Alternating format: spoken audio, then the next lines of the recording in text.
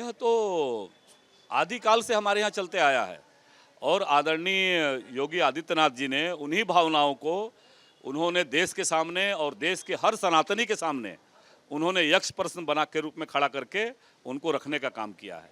सवाल सीधा है कि जब जब हमारे देश के यशस्वी प्रधानमंत्री जी ने भी कुछ दिन पहले उन्होंने कहा है कि जब जब चुनाव आता है तो कांग्रेस पार्टी को हिंदू समाज में जातियों की बातें उनको सामने आती है।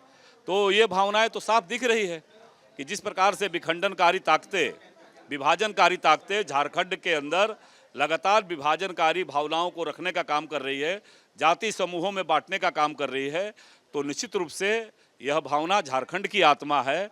झारखंडियत जिंदा रहे, इसीलिए बंटना नहीं है और इस कुशासन से झारखंड की जनता को मुक्ति दिलानी है।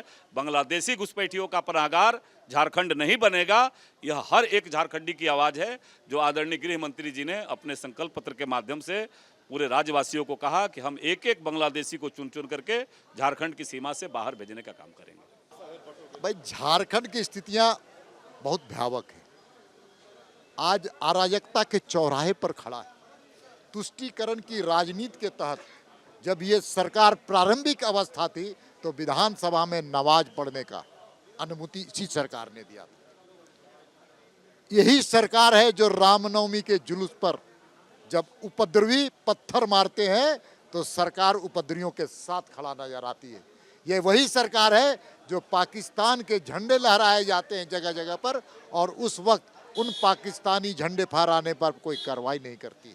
ये वही लोग हैं जब हमारे पाकुड़ जैसे जिले पर गौ की तस्करी इतनी भयावह हो रही है, उस पर रोक नहीं लगा रही है बल्कि उसको समर्थन कर रही है। तो ऐसी सरकार क्या कहा जाए?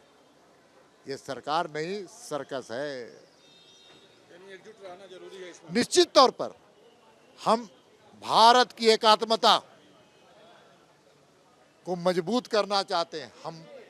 हम सर्वधर्म समभाव पर विश्वास करते हैं, लेकिन किसी एक मजहब पर विशेष ख्याल रखते हुए अन्य मजहबों पर प्रश्न चिन्ह लगाने का काम हम नहीं करते, वो करते हैं। न्यूज नेशन अब व्हाट्सएप पर खबरों के ताजा अपडेट के लिए न्यूज नेशन के इस क्यूआर कोड को स्कैन करें।